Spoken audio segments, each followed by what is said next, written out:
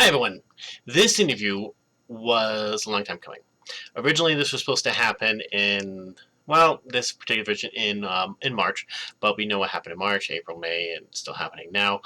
Things got delayed, and of course, voice actors are busy. Things can happen on the fly. But this is a follow-up interview to an interview that we originally did in 2012. One I remember very well because I got engaged right after that interview was done. My wife now came in and said, we should get married. And the other part that I remember quite clearly is I had just gotten surgery, and so I was kind of high as a kite. And so the whole beginning of that interview, I misrecorded it as something wrong with, and it was gone. And I think we were talking about Gundams and stuff with his wife and conventions. It's all gone. But since 2012, a lot has happened. So I hope you guys enjoy this interview. And now, Zach, take us away. Continuing in our proud tradition of welcoming and chronicling the musings of those who lend their tonal talents to the annals of popular culture, we are pleased to welcome a virtuoso of villainous vocalizations, an accomplished artisan of animated articulation, none other than Richard Epcar, even the stone knights standing proud and noble guard in the alcoves and apses of our hallowed halls seem to gleam with eager anticipation as the echoes of his footsteps draw ever closer. We have in our midst a man whose acting abilities have breathed life into cultural icons, including the Joker, Solomon Grundy, and Commissioner James Gordon, but of course, such a master's talents inhabit more than just the Batman universe. Our guest's voice can be heard featured prominently in One Punch Man, Dragon Ball Super, Saints Row, and Spec Ops: The Line, to name but a few. Mr. Epcar, we are utterly overjoyed to be granted the privilege of your company and conversation, and we extend to you the warmest of welcomes to the Fanitarium. So now, welcome back after 8 years, which I can exactly say 8 years. Welcome back to the show, Mr. Epcar, and a lot has happened for you in the last 8 years, for sure. That's true. And not just the last 4 months like most of it. But, so for people who probably remember the last time we had you on, back then we talked about you being the Joker, but that was Mortal Kombat versus DC Universe. Now you've been the Joker in Injustice. You've been the Joker on a ride. Yes, Joker's Funhouse. It's when I haven't actually seen the video of this. Right? Is this kind of like, I envision it kind of like the freaky stuff the Joker does in The Killing Joke or Mask of the Phantasm. When he puts people on rides and they're terrifying. Is that the sort of thing? It's a terrifying ride, and you hear my voice throughout, and you see the Joker here and there throughout the ride, and then of course I don't want to give too much of it away, but then the Dark Knight shows up and saves everyone. But it's a wonderful it was a wonderful experience. It was a lot of fun to work on, and it looks like a very, very cool ride. They have Tara Strong is playing Harley, and I believe Kevin Conroy is doing Batman on it. So it's we've got a really great cast, and it's a really cool ride. So, and that's just in Abu Dhabi, right, or Dubai, right? It's in Dubai, but I believe I'm not 1,000% sure when I say this, so I hope no one gets upset. But I believe it's Warner Brothers is opening their own amusement park, much like Universal, and they're doing one in Dubai right now. So it's possible that it could open up, here in Los Angeles, maybe somewhere else in the States, or maybe somewhere else in the world, which would be fun. Yeah, I'd love to ride him. I can't really think of many DC rides I've ever seen. Well, other than if you count Six Flags ones, but I don't really count the Joker and Riddler and those ones. That's really those aren't Batman really rides. They're just they just have pictures here and there, and then it's just a roller coaster. Yeah, I want a proper one. It's not VR. This one is very much like the characters, and it's very much like the Joker has got everyone trapped on this terrifying ride, and so it was a lot of fun to work on. It really was. We had a great time. How did you find out about it? Just out of curiosity. I believe it's actually on behind the voice actor, like where they collect all the different roles you've had, and it says Bride. I'm like, I've never heard of this Bride. Let's find it. It's pretty cool. Yeah, that behind the voice actors, they have about maybe a fourth of my stuff on there. But they tend to have more than IMDb and Wikipedia tests, so they're at least more accurate for the most part than. Not for me, not for Oh me. wow! But I know for a lot of people, yeah, they're way behind on me for some reason. I don't know why that is, but yeah, there's a lot of roles that I've done that are not on there. Which what do you do? You should send them an email and have them fix that Yeah, as best they can. Yeah. Yeah, sometimes A lot voice of work actor roles doing are that hard to stuff. find because like they Yeah. aren't even listed, or they say additional voices. Like, what does that even mean? Yeah, oh, that's true. But definitely, as the Joker, you definitely put a stamp on it because now people have seen you with 2 Injustice ones. They had you with Infinite Crisis. They had you with Mortal Kombat 11. So they've Yeah. heard your Joker a Yeah. lot now. Yes, yes. And it seems like it gets better every time, and I get a lot more fans every time for my Joker. And I even had it's funny because when I started doing this, the first time I did it was in Mortal Kombat versus DC Universe, as you know. Yeah. And I got a lot of backlash because there's a lot of Mark Hamill fans out there, and they love Mark's Joker, which I can understand. And anyway, everyone kept accusing me of trying to sound like Mark, which was interesting because I honestly, to this day, and this is true, I've never heard Mark's Joker. And so once again, I was online, and somebody mentioned that I'm trying to impersonate Mark, and then I wrote, I said, well, thank you for the compliment. I said, but to this day, I've never heard Mark Hamill's Joker, and I'm doing my own version of the Joker. And Mark Hamill came on and said, well, I've heard yours, and I think it's wonderful. So I thought that was really, really cool of him to do that. So that made me happy, and that made my day.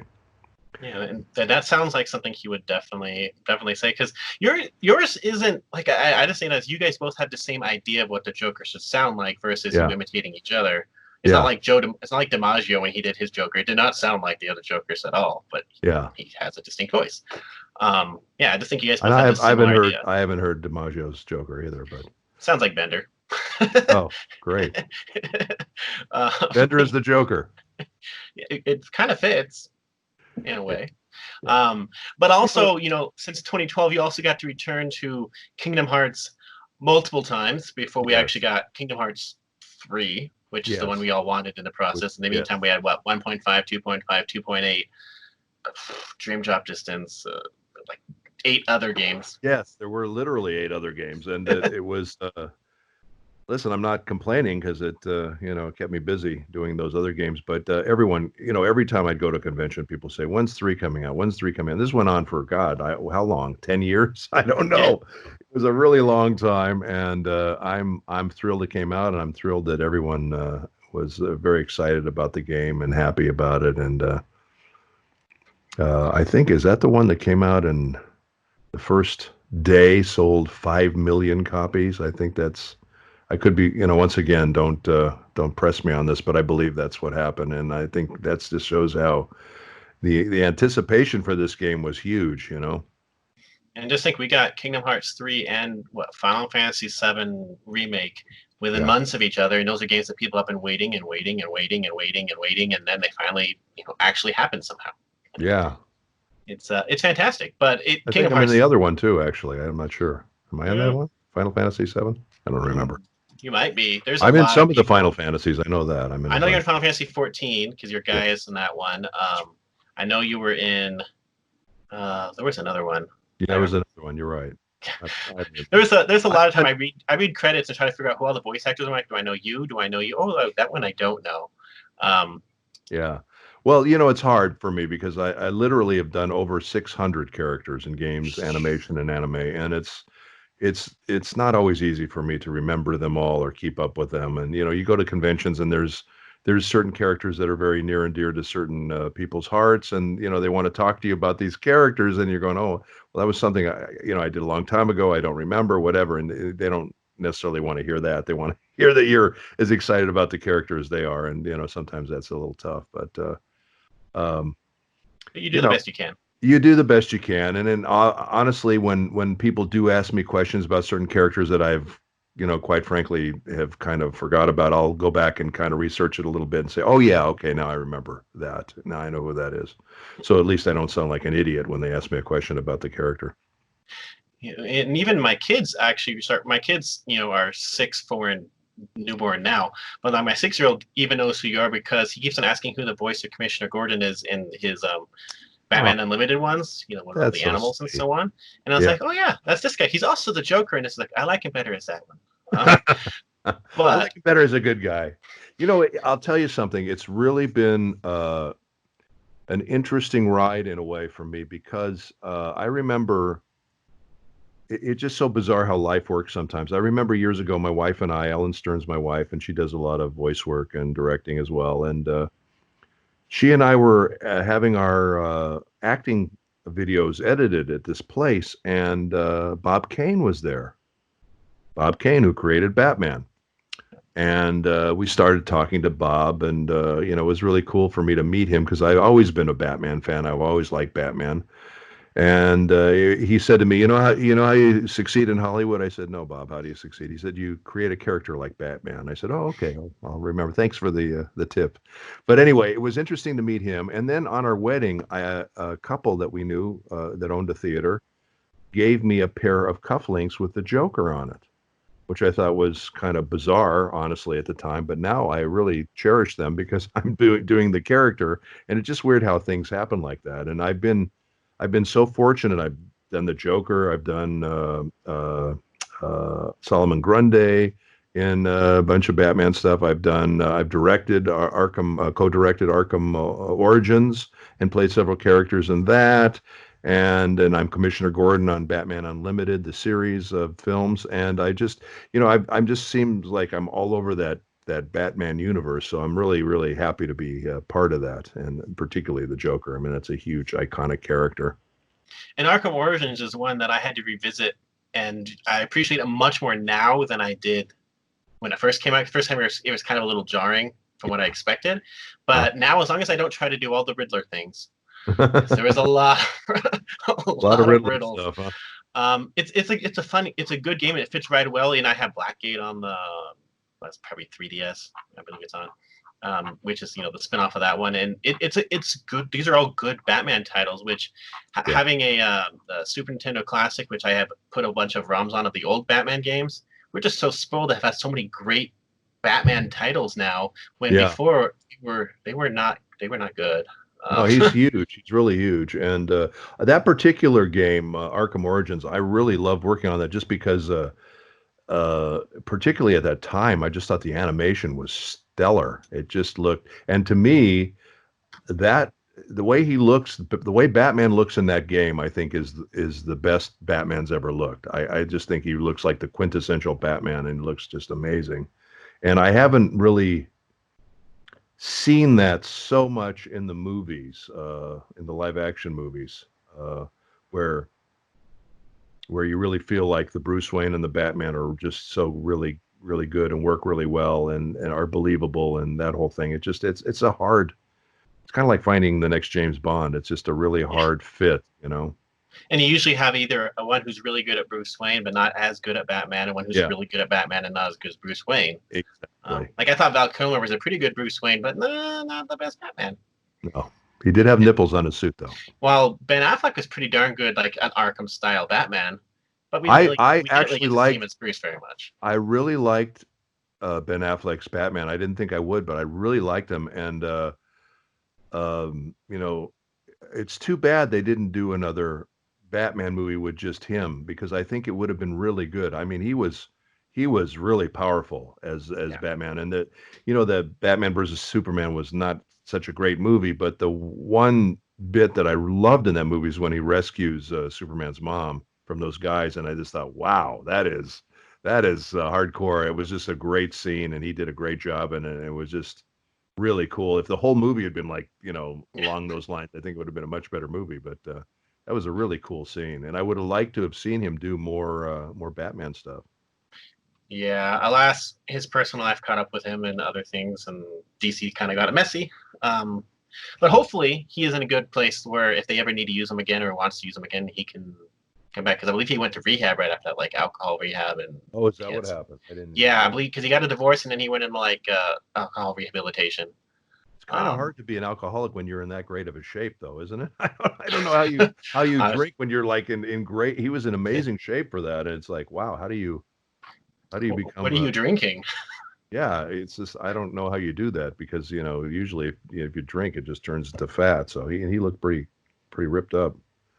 But and not just Batman, of course. Since then, you've been able to continue being Batou, Bateau. because Batou, sorry, It's okay. Most people say Bateau. It's Bateau. Yeah, go and ahead. back then we were talking about the rumored. By then, like rumored, they were in development for the live action movie, which came and happened and Yeah, went. yeah. And now, Wasn't since then, great. we've had what? It wasn't great because I didn't play Bateau in it. See, if they had me play Bateau in it, would have been much better.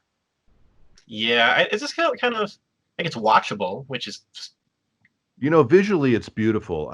My problem with it, and I don't have, everyone was grousing about Scarlett Johansson and all that crap. I thought she did a good job. I don't think she did a terrible job, and I think yeah, that the movie visually was gorgeous. But my problem with the movie was the story, and her origin story was different from the original origin story, and I just thought, why not stick to the original origin story because it's what people know and it's what works. It's like all of a sudden you have a new movie comes out and Superman was born in Ohio instead of coming from Krypton.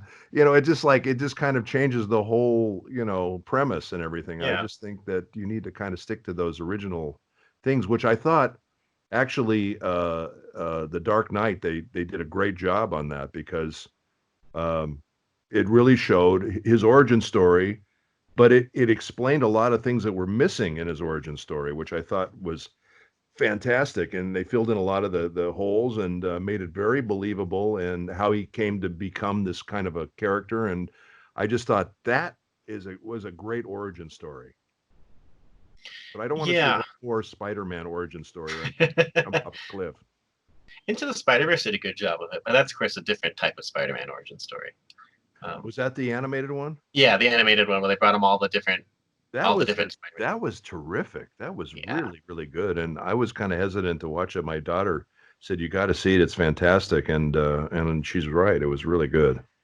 it's Really, it's really just one that like the trailers didn't catch me, but when I watched it, it made a lot more sense as a whole than if you just watched the trailers because the animation's in a way that looks off from what you're used to, good. but it Yeah. makes sense in a much bigger whole, Well, and which I they all appreciate. they all did different kinds of animation together, which was interesting. They did different versions. And maybe they'll Um, bring you into another one of those if they want to do a lot of those because I would there's a I would lot of love roles it. to play in the Spider-Verse. I would love it. And as a matter of fact, I'm playing the Sandman in Marvel universe. I play him in a couple 2 3 games. So that's kind of cool. I hope that continues. Yeah, Uh, you got the in Black Order recently. You Ultimate yeah, Alliance 3, another game which no one thought was going to happen. That happened. That yeah. has your name in it. How to do? Um, yeah, you got that one, and then another role which I know a lot of people appreciate you in is you're Akuma, who's like the Street Fighter character that if you want to be the bad boy, you want to be Akuma. Yeah, yeah. And then the And cool thing about him was that they had this big World Series, where they had everybody competing, and I guess Akuma, the guy who was playing Akuma, won the World Series. So I thought that was pretty cool. so one question I have is you've been in a lot of fighting games. Mortal Kombat and Injustice are made by the same company. Yeah, And then Street Fighter, of NetherRealms, course, is NetherRealm Capcom. Studios. Yeah, uh-huh. With how Mortal Kombat and Injustice are, they're like they try to make the fighting game very cinematic. They have pretty decently strong stories in there, while Yeah. Street Fighter kind of does its own thing. Was it kind of well? How should I put it? After being in kind of the stronger story-based fighting games, was it kind of odd going into say Street Fighter where it was more classic? They do what they do well, and they've been sticking to it versus kind of pushing a stronger narrative, which I've never really known Street Fighter to have the strongest narrative. Yeah. Well, I was I did back in the day, we did a lot of the anime, the Street Fighter anime, and I was E Honda, and I played a couple other characters in those Street Fighter games or Street Fighter Shows, yeah. shows, animes, yeah. And so, just coming back to that kind of thing felt very, very natural to me because I've worked on a lot of that stuff over the years. Um, he's a tough character just because he's always he's always like growling and shit, and it's just you feel like you've gargled battery acid by the end of the session. It's just all real rough stuff on your voice. It's very difficult to do him. But you want to give him the sense of that he's this big, big, powerful beast. He really is. And I think it would be. I would love to see where they bring him into Mortal Kombat and see him fight Raiden and see what happens. I think that would be a great matchup, and I think the Street Fighter fans and the Mortal Kombat fans would enjoy that. But you never know. I know they've been trying to do Street Fighter versus Tekken for a while, and I think they released one part, and then the second part never happened. Mm. Because something happened, but I'd love to see it. It'd be a lot of fun. Well, the one that everybody wants is Mortal Kombat versus Marvel. So I think that would be really interesting That'd be a see. fun license to try to get. Yes, it would be. It would be. And we'll see what happens. I don't know anything about it, so please don't write me and ask me about this stuff. And I'm not speaking from any place of knowledge. I'm just talking about what I've heard the fans would like to see. Yeah. So I have actually a question from a fan. He says, well, two questions for the first one is, we know you've worked a lot in anime, and especially anime films, especially really famous anime projects. Yeah. And with Ghost in the Shell coming out and Alita Battle Angel recently and so on, we're in an age where people are trying to adapt anime to live action films. You've worked in Ninja Scroll and Lupin the Third for quite a while. Both of these people have talked about if they want to make them live action. Do you think any of these would actually work in a live action setting? If so, which one do you think has the better chance of actually working? I think Lupin would be a great fit for a live action. I think it would be perfect because it's, I mean, there are some of the Lupins that go way out into, they're just kind of crazy. They get off onto weird tangents. But there are several of them that are very believable and very could be, in the real world. So I think those characters are really interesting in that it's almost like Mission Impossible. And of course, I'm talking about the TV show, not the movies, because the movies are basically, Tom Cruise wants to be James Bond. And the TV show is where you bring a group of people together to, achieve a goal. And that's what was so great about Mission Impossible. Everybody had their expertise in something, and they all came together as a team. And I think that would be, that's what Lupin is. It's basically these four characters that all have their things that they do really well, and when they come together, there's like no stopping them. So I think it would be a really super interesting. I know it's been on the table for a long time. They've been trying to figure out how to do it, and then they just came out with a new CGI Lupin, which looks phenomenal. Which will be released theatrically. Okay. Hopefully, this crappy virus will be gone by then, and people will actually want to go back to the theater at some point. But so it looks phenomenal. It really looks phenomenal. But I think Lupin the Third would be a great fit for a live action to do it correctly. The problem is, like on Ghost in the Shell and a few of these other things. What was the Last Airbender? Last Airbender. It's just they take something that's really, really good and they cock it up. They should have let the original guys. I worked on Legend of Korra, which is the sequel to Last Airbender, and Brian and I'm going up on the other guy's name, sadly, but those two guys were phenomenal. I mean, they were brilliant, and they should have let them take the reins of this thing because it's their baby. They know what works and what doesn't. It would have been a huge success. They gave it to Shyamalan Ding Dong, and it didn't do so well. So, but they are letting them do the live action Netflix series, so they've at least learned, hopefully. Now the trick is, can they do live action? That's the I'm sure they can. They're very, very brilliant guys. But at the very least, they'll bring in other people who can help them with that one. But as far as Lupin, I agree. I think that one could really work because I was just watching recently the live-action Japanese one for, what was it called, Space Battleship Yamato. Mm-hmm. So they did a live-action movie of it and with a odd dub, and that one works really well. And I Yeah. was kind of surprised because that's one of the weirder. That's kind of a weirder anime, and it worked really well. And I think Lupin is one that could work. They just have to have someone who understands the humor and kind of a speed that Lupin works on. Yeah. Yeah. And the quirky, really what's going to make it work is finding the right actors to play the characters. And that's going to be tricky. It's like any really good movie, you really have to find the right actor for these characters to make it believable and to sell it. I And always find it weird though when they do when they Lupin would be easier. They're like, we're gonna try Acura first. Why would you try Acura when that's like a 1,200-page book shoved into a 2-hour movie, and the last half is hard to do in live action? Why would you try that first? Try something simpler. yeah. Rurouni Kenshin, for crying out. Do something like that. Yeah, well, they did. The Japanese did do a Kenshin movie, Yeah. which I haven't seen. I had a bunch of people tell me you got to get on that and dub that, which would be fun. We'd bring back the original actors from the animated series. That would be very cool. And we've done that, and there's been a couple of situations where I've done animated characters, and then I've gone in and dubbed them as real live, characters in other movies and things like that. So that's kind of a fun thing to do. So this other question from a listener is: so you've been involved in two controversial projects that have in a few later on become really well known and renowned.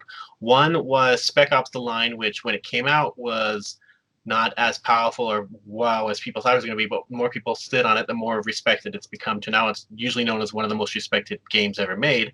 Good. And the other one, you got to be in the animated film about Muhammad, which is hard to make as is, because you have to be really respectful in a way, and that's from the point of view of Muhammad. You never see his face, you never see a picture, which is like the trick for that one. But now it's one of the most this person is the best learning tool to use in schools to teach about Muhammad because it's done in a respectful way that's also very accurate. Have you remembered working on these projects, and do you feel now the importance of them in the future? Oh yeah. Well, starting with Spec Ops, it was always a great honor and joy to work on that project. It was a lot of fun. Although there were, I had several characters that I did in that. I think I did the guy that was the interrogator. I think I did him on that. Yeah. And then I did a couple other army guys, and then I did maybe a captain or something here and there, and then I had to do an army guy who was just like screaming and getting blown up, and so it was just like screaming and screaming and screaming. And then in the afternoon, I had a session for Legend of Korra, and I told Andrea Romano, who's the director, I said, I literally had no voice. I sounded like this. I had no voice at all. And there were several characters I did in Legend of Korra. It was Chief Saikon and Ping Wing or whatever the hell his name was, and a couple others. So I think it was Ping Wing. He's some guy at the. It's not Ping Wing. It's Ping something. But anyway, he was some guy at the wharf, and he was kind of a gangster. And they wanted me to do some pickups for him, and I just had no voice at all. And I said to her, I said, let me redo this character with this voice. Because he was a gangster and he kind of sounded like this, and I thought it would be kind of fun to have a voice for this guy like this. So I did the whole thing like that, and they went nuts over it. They just thought it was great. So sometimes from bad it comes good. But that's what I remember about Spec Ops. I remember that they blew my voice out, and I had to go do Legend of Korra. And the other one, Muhammad, that was a while ago, and that was an original. Well, they both Legend of Korra and the Muhammad thing were both original animated shows. So that means you go in and you record the tracks, and then they animate to your tracks, as opposed to the dubbing stuff, which we do, which is basically it's already in Japanese, and we replace the Japanese dialogue with English or whatever country it's from. But with Muhammad, I just remember. I don't remember a whole lot about it. It was a long time ago. God, how long ago was that? Was it maybe 15, 20? 15, 16 years ago? I think 2004. 2004. Yeah, but it was a really fun project. It's always fun to work on original animation because you can create the characters. You don't have to worry about lip sync or any of that stuff, and you can just go in and play the character like you're doing a show, a TV show or movie or anything like that. So, I just remember I got to play a few different characters. I guess I was the mean guy, the head of the Christian group who was against Muhammad. So. It was a lot of fun. It was a lot of fun working on that, and it's interesting that that thing comes up from time to time because it was kind of a long time ago and I kind of forget about it. But every once in a while, someone like yourself brings it up and reminds me of that. So, Well, one thing that you are definitely a person who has seen. It wasn't that many years ago when anime dubs were not that great. Some of them were recorded, as I remember, in people's tree houses. I think that was a Dragon Ball Z one they were telling me about. They recorded in tree houses or whatever they could find. But now anime has gotten so much better as far as like the resources put in there to make sure the dub's good, it sounds good, it looks good, and gets released. Do you now see it's it? sheds instead of tree houses. Yeah, No, just with kidding. soundproofing though. Yes, that's right. That makes all the difference. Do you see anime continuing to advance, um, making the leaps and strides that it have in the past 20, 30 years? Do you see it continuing to make that as people begin to see it more and more as a medium to be respected versus just kind of a niche audience thing, which it still kind of is, but of course, Dragon Ball Z and some of the other ones have taken that and blown it out. But I think it absolutely will continue, and I think that the thing that's so great about originally going back to the like uh, when you think about Astro Boy and all of these shows, I mean, all of these Japanese animators were trying to copy American animators, and now the American animators are trying to copy the Japanese animators. yeah, So it shows you how everything's kind of flipped over. But and the reason for that, and I personally, what I think is so special about anime is that they push the envelope and they ask the tough questions and they get into these things that our animation just doesn't do. A lot of our animation here in America is very formulaic and it goes down a certain path and things happen and things get terrible and then they resolve themselves at the end. And I think with the Japanese animation, they ask these really interesting questions, sometimes very uncomfortable questions, and they push the envelope and they talk about death and they talk about, you know, gay relationships. They talk about all kinds of things that our animation doesn't really get into or address.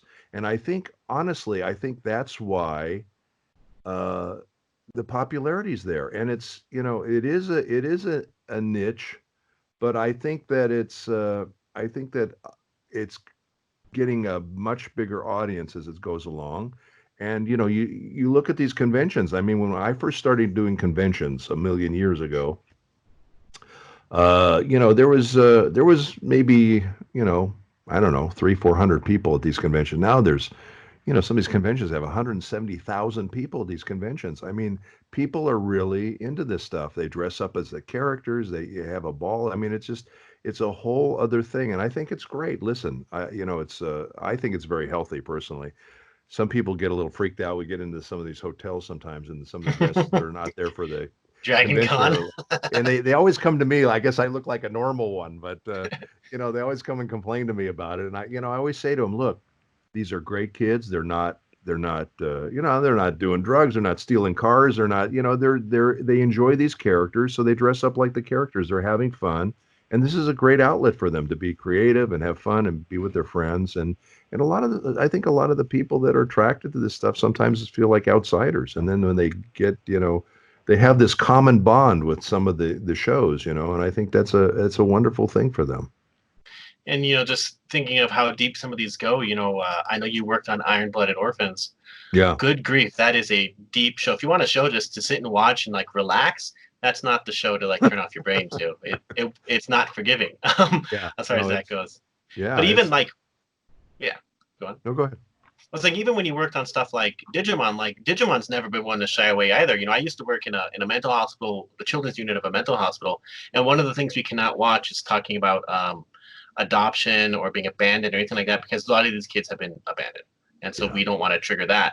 And I remember watching season 1 and 2 of Digimon, and I totally forgot a certain storyline about a character who finds out he's adopted halfway through, and then they have to like deal with that. Like, I remember it popping on. And I was like, I can't turn this off now. What am I supposed to do? And I just like hope no one caught me with it on. But even like Digimon Fusion, which you worked as Entomon, or as my son calls what do you call it again? Mr. Elvis.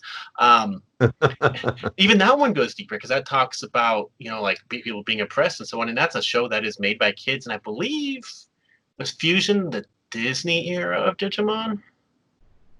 I can't remember if that was a Disney sponsored one, but even that one goes deeper, and you wouldn't see that happen in most kids animation these days, with some exceptions like Korra and so on. Right. No, those and are exceptions. I think it's wonderful. I really do. I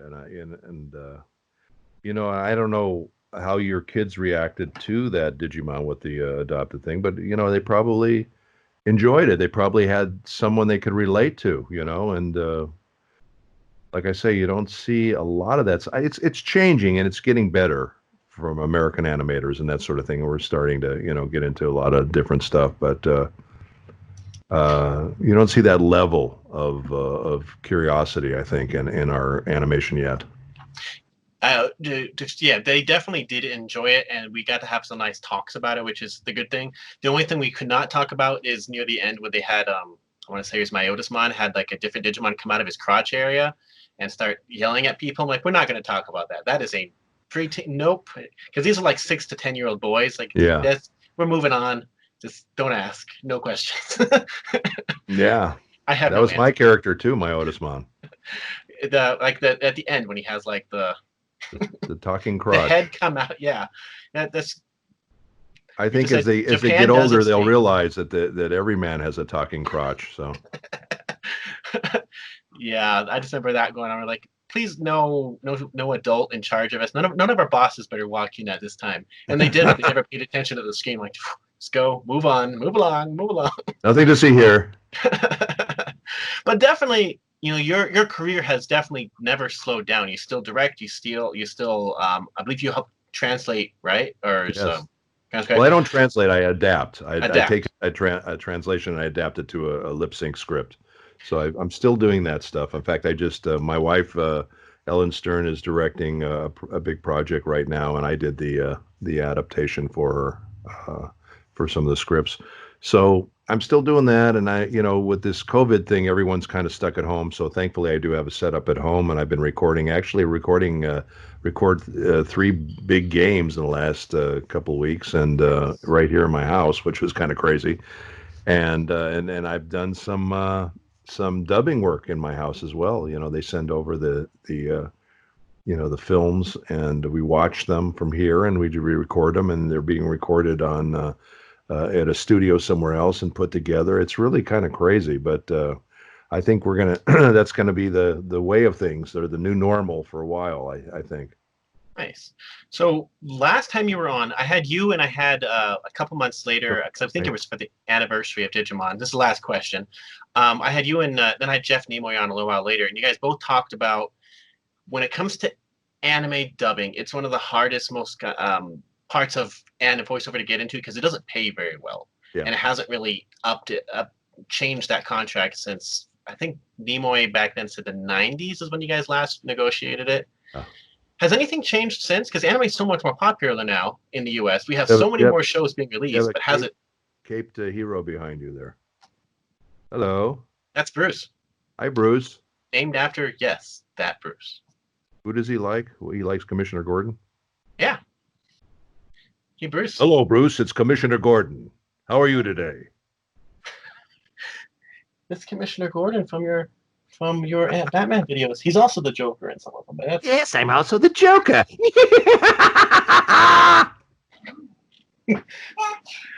Bruce doesn't know quite what to make of that. Do you want to say anything? I wanted to say something. We can talk about that later, okay? How old are you, Bruce? He's 6. 6. And he just woke up from a nap. So he's a little slow. But so has anything changed, just so we can wrap up, anything changed in the past few years since we know there's the voice actor strike for games, Anything changed or updated for as far as anime goes? Because that seemed to be awfully underpaid.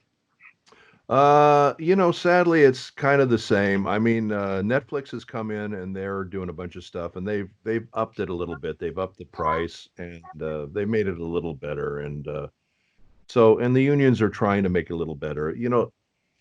The problem is, and this is kind of a historic problem with all things, whenever you dub something, usually that's at the end of the project and they don't have a lot of money in the budget for it. So they always try to do it on the cheap. And this is kind of the way it's always been done, sadly. But, but the reality is if you have a good dub of something in another language, you can sell it to a whole other market and make a lot of money. So, and obviously you don't want to have a bad dub because those aren't going to sell. No one's going to buy that.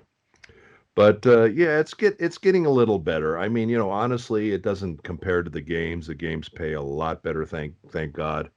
And that's why I kind of enjoy doing them more, to be honest with you. But every once in a while, I'll do like JoJo's Bizarre Adventure. I play Joseph Joestar. I got to say that was one of the most fun roles I've ever done. I mean, I just had so much fun with this character. And I really loved that show. It was just a kick to do it. And I love doing Jigen and Lupin the Third. And I love doing Batou and Ghost in the Shell. The new one is on Netflix right now. Ghost in the Shell, SAC 45 is what it's called. And it's a great show. It's all CGI animation. It looks fantastic with the original Ghost in the Shell cast from Standalone Complex. And actually, Mary, who plays the Major, she's directing the show, and it's a fantastic show. So, anyone who gets a chance, check it out. JoJo is one of the shows that one of my friends like, oh, you like Gundam shows? You should watch this one. He says, just watch it cold. Don't look up anything about it. Yeah. Dude, know nothing. And I went in there like, this is the same person had me do that with Fooly Cooly, FLCL. And I should have realized when you recommend something, it's going to be something I don't expect. And JoJo is definitely not what I expected. But and I work on hundreds of these things, and I got to say that one really piqued my interest because what I really liked about the show is every episode they get painted into a corner, and you're going, how are they going to get out of this? I mean, it was really well written, that show. And so that was one of the few shows that I actually watched the series because it was first of all, I just loved playing that character, but it was such a goofy show and had so many crazy twists and turns in it. And I thought, wow, this is really fun. So I really enjoyed it. So last but not least, if people want to find, ask you more questions, I know you're very active online. Yeah. I try to be nice. I try to answer everyone's question, and I try to be really nice. And thankfully, once in a while you'll get a troll here and there, and I try to ignore them. But usually people are really respectful and nice, and I try to answer them if I can. Well, where do you want people to go to ask you questions or to follow your work, to actually get the fully updated list of what you're working on and when you can announce stuff and so on? Well, I'll tell you, the best thing for me is if you can follow me on Instagram. I really want to beef up my Instagram. My Instagram is anemic right now, and I really want to get it going. You can always find me on Facebook. I have 2 pages on Facebook because I have so many people there. I had to have 2 pages and two fan pages on Facebook.